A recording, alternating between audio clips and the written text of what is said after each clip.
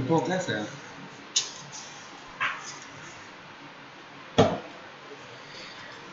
Good morning, students.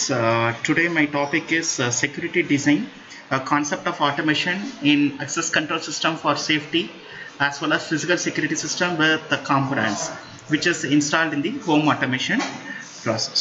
So in this lecture I'm going to discuss about the what are the security concepts which are installed in the residential building as well as in commercial buildings, and what type of safety mechanism which we are going to impose in this home automation process.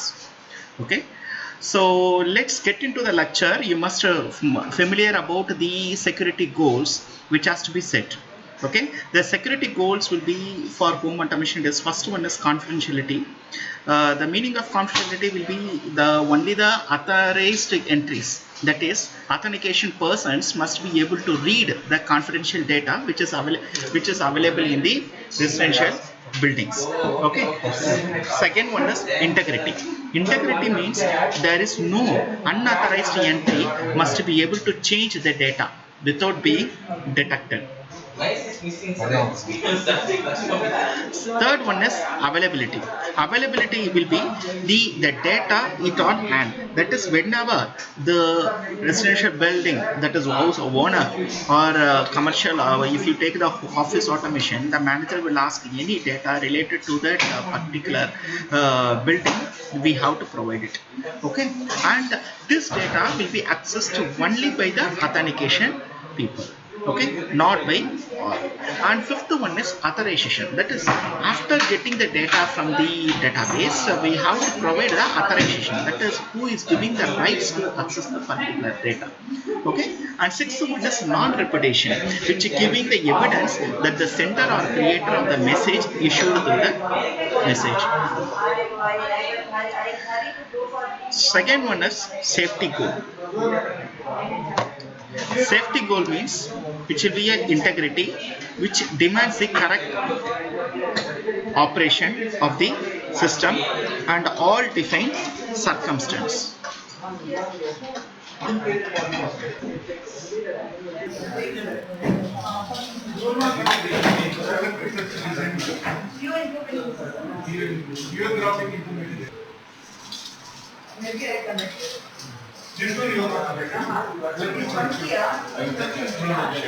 The integrity which demands the correct operation of the system and all different circumstances within the fixed period of time. It is usually divided into stochastic integrity and a systematic integrity. Second one is authentication, which demands that the message is coming from the correct source. That is nothing but a correct approach is a source-based addressing. The third one is availability. Availability means it is not essentially a direct safety goal, since a non-available system can find a simple fail-safe stage by going into no operation. Yet for practical reasons, that is trivial, the solutions is not desired. Then fourth one is authorization. Authorization means which is usually implicated by allowing the only the authenticated operations. Okay. Additionally, a check of maximum plausibility is sometimes applied. For example, we can check the timing values also. Okay. What are the components of RFID system? The in RFID system there is a one as tag. Tag means it is nothing but an object, or we can say it will be a unique identification. The second one is antenna. Antenna means it will be a tag detector which creates magnetic field. Third one is a reader. Reader means a receiver of tag information or manipulator.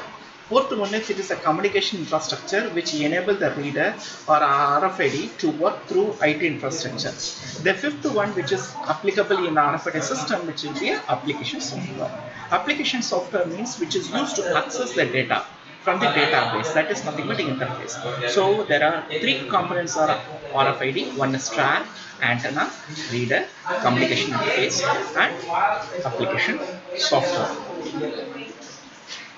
This is the schematic diagram of RFID system. It is a host computer. This one will be a RFID reader which having the 4-direction communication field. There are plenty number of tags which are connected in the series and parallel options. So this RFID system which will be operated with a very high frequency electromagnetic energy okay, electromagnetic energy, and the signal will be generated by the reader, which trigger the tags to reply the query. As a result, communication between the main component of the system, that is the tags and reader, is established. So as a result, the large quantities of data are generated, okay, maybe which is applicable for the industry control by solving the problem, okay. So for that they will fix the filters in the router system. There are several protocols which manage the communication process between the reader and tag. These protocols may be called as, we can say, ISO 15693 and ISO 1800003 for high frequency, or ISO 18006 and EPC for UHF, begin the identification process. And the frequency band between it is 860 to 950 megahertz for UHF, or 13.56 megahertz for high frequency.